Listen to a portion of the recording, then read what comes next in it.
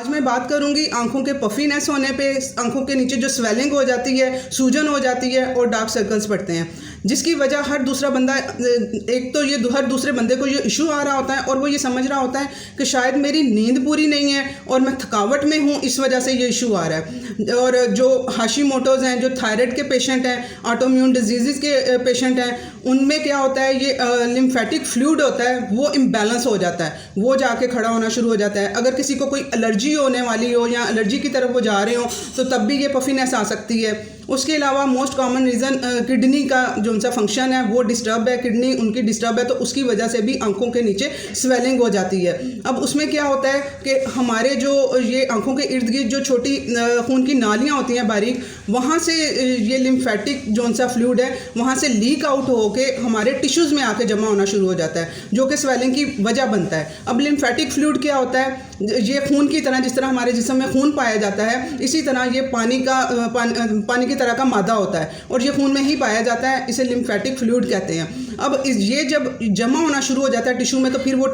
Puffiness वो तब वो देता है। अब वो जमा क्यों हो रहा है कि आपके जिस्म में से एल्ब्यूमिन प्रोटीन होती है, उसकी कमी हो रही है। अब उसकी कमी किस वजह से हो रही है, आपकी किडनी जो सी है वो बार बार आप यूरिन कर रहे हैं, यूरिन के थ्रू वो आपके जिस्म से खारिज हो रही है वो प्रोटीन। इसके अलावा आप लोग अगर वो डाइट के थ्रू नहीं ले रहे हैं आपके खून में, तब भी उसकी कमी हो सकती है। तो अब जिनको और भी मैं रीज़न इसकी बताऊंगी वो आप लोग देख लीजिएगा कि अगर वो रीज़न आपके नहीं है साथ, तो फिर भी आपको वो पफीनेस है आंखों के इर्द गिर्द, तो आप अपनी किडनी पर तवज्जो आपको देने की ज़रूरत है।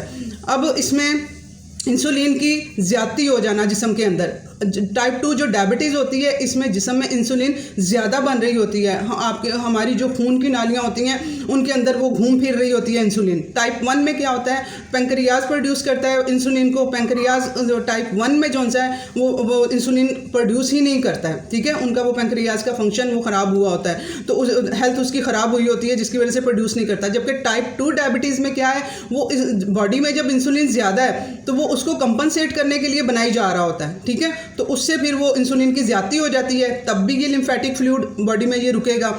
जो बॉडी इंसुलिन रेजिस्टेंस है, अब हर डायबिटिक पेशेंट जो सा है वो इंसुलिन रेजिस्टेंस है उसकी बॉडी, और जो इंसुलिन रेजिस्टेंस है जिसकी बॉडी वो शुगर की तरफ जा रहे हैं, डायबिटीज़ की तरफ वो लोग जा रहे हैं। और इसमें अफसोस की बात है कि हमारे जो न्यू जनरेशन है, यंग लड़के लड़कियां शामिल हैं, उसकी वजह जो ये रिफाइंड कार्ब्स, पिज़्ज़ा, पास्ता, ये समोसे, इस तरह वाली चीनी शुगरी चीज़ें ये खा रहे होते हैं, तो उसकी वजह से बॉडी इंसुलिन रेजिस्टेंस की तरफ जा रही होती है और उनमें ये इशू आ सकता है। इसके अलावा आप लोग को जो सा है अपने इसकी आप लोग इस तरह से भी निशानी लगा सकते हैं, आप पता कर सकते हैं, अपनी बॉडी के सिम्टम्स पे जाया करें आप लोग। आपके अगर गर्दन पे ब्लैक पैचेस पड़ रहे हैं, आपके फेस के ऊपर ब्लैक पैचेस पड़ रहे हैं, ठीक है, इसका ये मतलब होता है कि आपकी जो वेन्स हैं वो डैमेज हो रही हैं, जो बी कम्प्लेक्स है वो आपका कम हो रहा है। वो कौन कम कर रहा है? इंसुलिन। इसका मतलब है आपके अंदर इंसुलिन की ज़्यादती है, आप इंसुलिन रेजिस्टेंस हो चुके हुए हैं, ठीक है। वो ब्लैक पैचेस जो से हैं वो मेलानिन जो सा होता है, मेलानिन बॉडी के अंदर ज़्यादा प्रोड्यूस होना शुरू हो जाता है, वो फिर डार्कनेस वो देता है उसके पैचेस की। तो वो इससे भी आप लोगों को पता चल जाएगा कि आप लोगों की बॉडी इंसुलिन रेजिस्टेंस है। अब हम लोगों ने अब इसके लिए करना क्या है, अब इसके सोल्यूशन के लिए 4 चीज़ें आप लोगों को फोकस करनी होंगी अपनी, उनको फिर आहिस्ता आहिस्ता करके आप लोग उसे कम की तरफ आएँ, फिर उसे कम्प्लीटली आप लोग छोड़ें। नंबर 1 पे जो रिफाइन आटा, मैं हमेशा से आप लोगों को कह रही हूँ कि रिफाइन आटा आप लोग छोड़ें, रोटियाँ कम करें। रिफाइन आटे से आप लोग वो चक्की के आटे पे जाएँ, उसका थोड़ा डार्क कलर होगा लेकिन आप लोगों को वो हेल्दीनेस वो आप लोगों को आटा देगा। शुगर आप लोग अपनी वो ख़त्म करें, पहले थोड़े से, और शुगर ख़त्म करना मुश्किल नहीं है, आप लोग पहले 2 स्पून लेते हैं तो 1 पे आए, 1 आते हैं तो हाफ में आए, हाफ पे आते हैं तो फिर बिल्कुल ख़त्म कर दें। अपनी शुगर को आप लोग ख़त्म करें। और ये जो सारी चीज़ें मैं रिफाइन आटे वाली बता रही हूँ, ये आप लोग मैदा वगैरह, ये इससे बनी हुई चीज़ें आप लोग ख़त्म करें। उसके अलावा आप लोगों को अपनी जो स्नैकिंग है, बहुत ये हमारे वो ना चाहते हुए भी स्नैकिंग हो रही होती है, बच्चे बच्चियाँ और सब लोग वो कर रहे होते हैं। सुबह का नाश्ता किया तो उसके बाद फिर दोबारा से चाय 10 बजे के करीब पी रहे होते हैं। अपने आप लोगों ने स्नैकिंग को ख़त्म करना है, रज के नाश्ता करें, जो आप लोग करें सेटिस्फाई, जिससे आप लोग हो जाए। उसके बाद दोपहर का खाना, रात का खाना, स्नैकिंग आप लोगों को कम करनी होगी।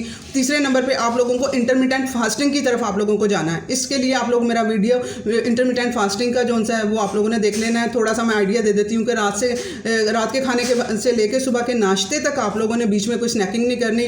वो उस दौरान आप लोग सिर्फ पानी पी सकते हैं। अपना सुबह मॉर्निंग ड्रिंक जो मैं लेमन वाटर बताया हुआ है वो आप लोग ले सकते हैं, ठीक है। इंटरमिटेंट फास्टिंग की तरफ आप लोग आएंगे।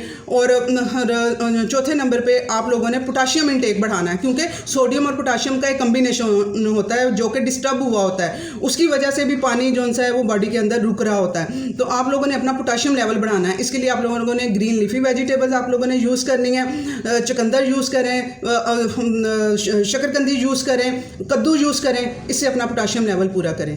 आई होप ये वीडियो इन्फॉर्मेटिव था, इसे शेयर करें। अल्लाह हाफिज़।